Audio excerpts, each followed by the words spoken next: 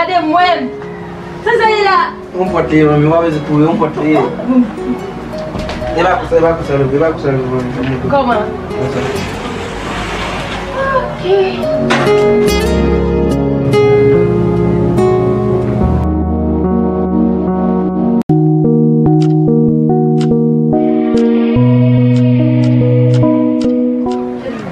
En tout cas, on va féliciter nos cadeaux.